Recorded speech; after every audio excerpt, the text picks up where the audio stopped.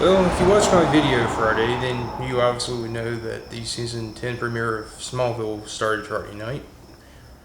I decided that I'm going to try to, well, I don't know if review is the appropriate word for it, but I'm just going to kind of tell my thoughts on each episode, after watching it. Maybe like a day or so later. Kind of like make that part two of it, and part one being like what I did Friday, but anyway, so anyway, yeah, part one, or episode one of season 10 rather, was aired. Obviously, as I just said, it aired Friday night, and the episode was called Lazarus. I'm assuming they called it that for two reasons. One is obviously Clark coming back to life after what happened to him in season 9. Yeah. And of course, the Lex clones that they discovered in the episode. So I'm kind of guessing that's probably the two reasons.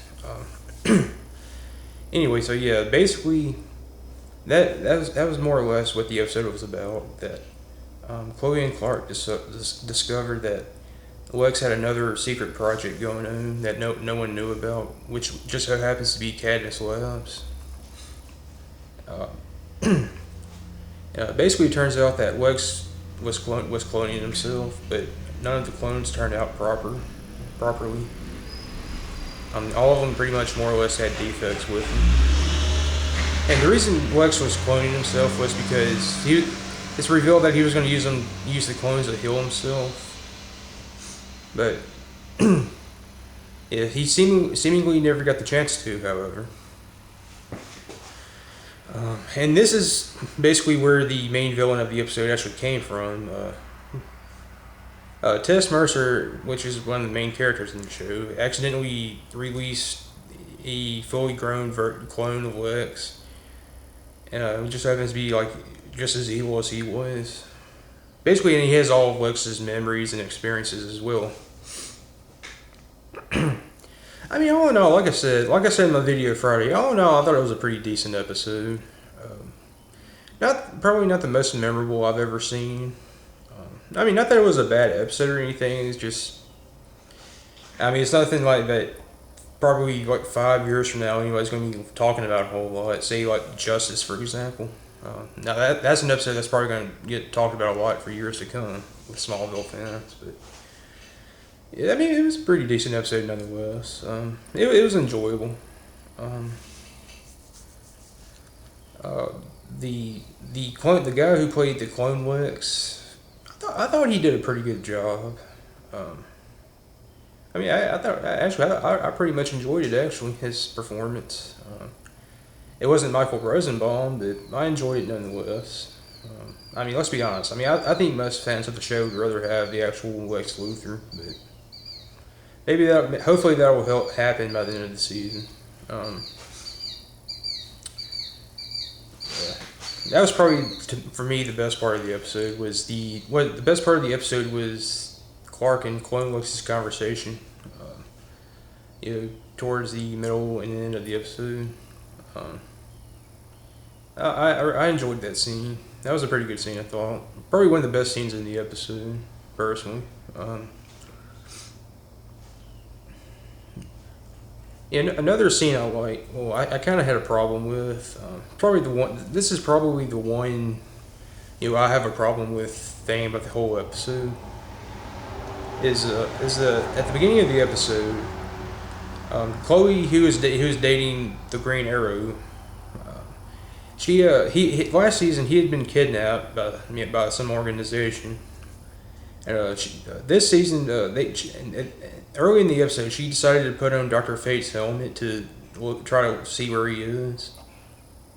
Which, of course, she does, but just before she puts it on, she hears a voice ask her how is losing her sanity worth rescuing the Archer. Now, I mean, it would make you think she's going to, obviously lose her mind or whatever. However, after she takes off the helmet and she recovers, she's absolutely fine. I mean, really?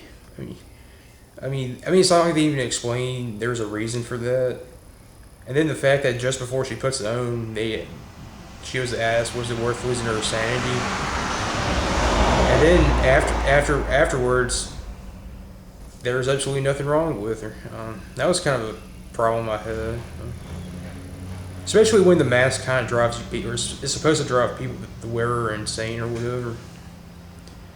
Like the last guy who had it. Anyway, it's not a big deal. It's just like I said, it's the one bad thing I wanted to point out about the episode. And then a scene or two after that, where after Clark rescues her, and I think takes her back to the watchtower. I wasn't really paying attention where he took her, but Chloe tells Clark how she saw him in the future, and basically, let me get to that. If you don't know what Dr. Fate's helmet is or whatever, basically it allows the person who wears it to see the fates and future of everybody, anyone and everyone. And so basically that's basically all it is.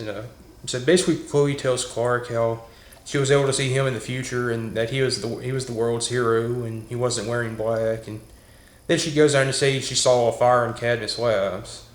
And then Clark goes off to investigate, and after he runs off, Chloe starts tearing up and she says, goodbye, Clark.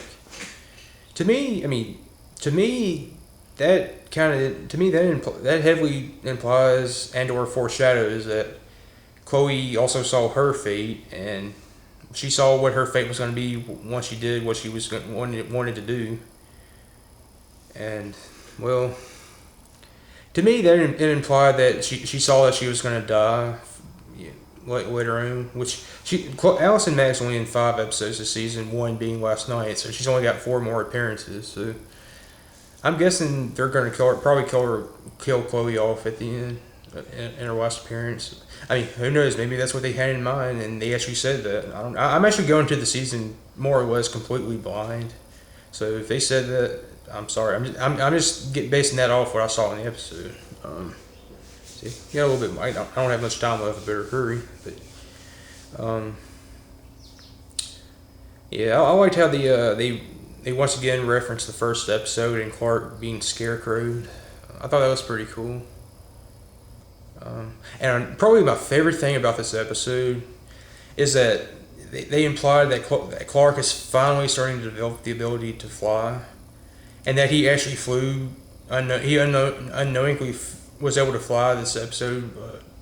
When the Daily Planet Clone Lex had put some sort of explosive in the globe on top of the Daily Planet, and after saving Lois, Clark was able to get to Metropolis fast enough where he was able to grab the globe, and basically he started lifting it back up to the top of the building, and later on he kind of surmised that it felt like he was flying. So I thought that was really great. That it's actually about time though he develops that ability, because at this point all of the other abilities that Superman has standard, he's pretty much developed long since by now. Like heat vision, X-ray, super strength, all that.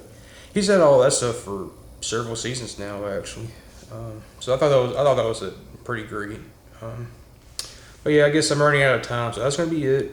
All in all, it was a very enjoyable episode.